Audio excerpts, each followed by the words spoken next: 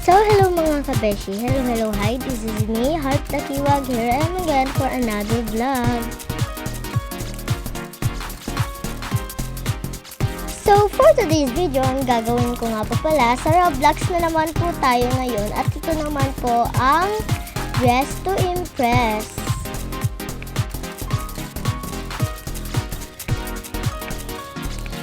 At ayan, ako nga pala ay audience muna.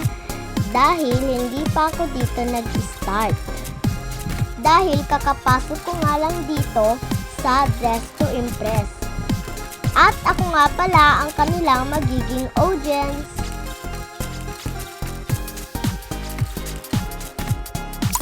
The reason why 3 stars yung inano ko sa kanya kasi wala siyang face, tapos wala siyang hair. Tapos maganda naman yung outfit niya. So, 3 out of 5.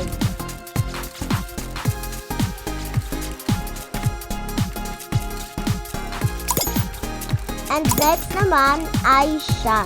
At ang aking binote nga pala sa kanya ay 3 lang kasi nga wala siyang hair at wala rin siyang face.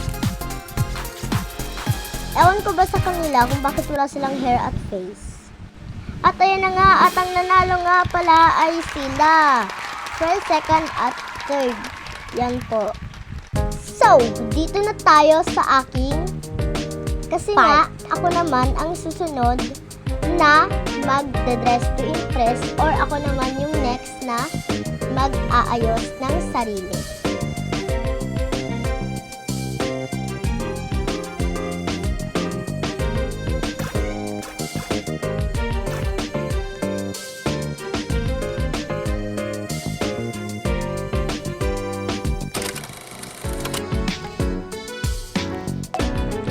At ayan, malapit na mag-start at 3, 2, 1, go! Ayun na nga po pala, ang amin nga po palang team ay Rainbow Couture. Hindi ko nga po pala alam kung ano ang ibig sabihin yan, pero may rainbow. So, ibig sabihin parang rainbow yung damit, ganun. Or mga kasuotan, dapat rainbow siya.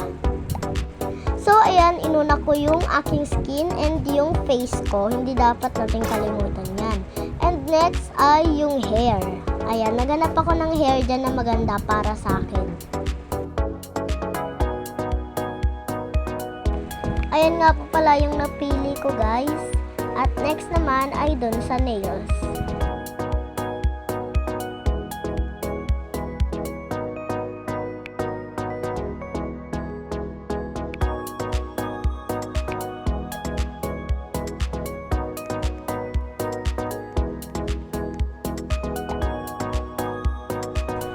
Next ay yung sa heels, kahit wala pang damit. So, ayan.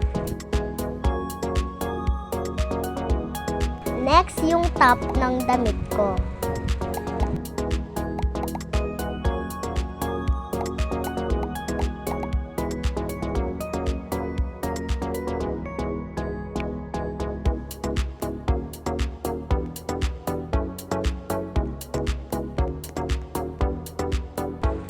Next, yung pang loob naman ng damit ko.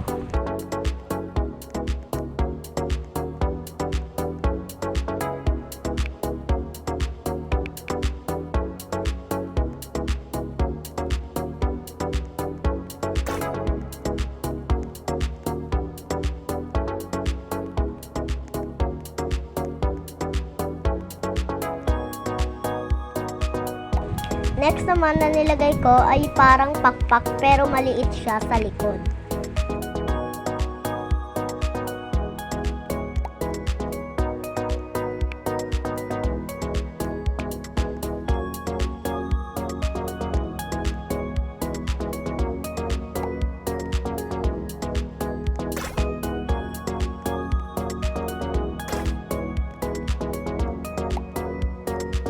Next ay bag.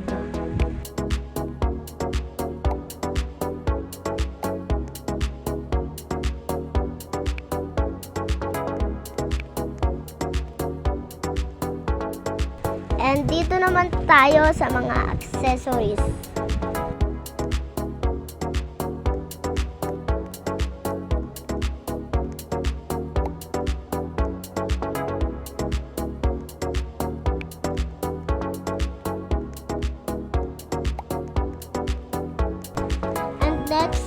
pants.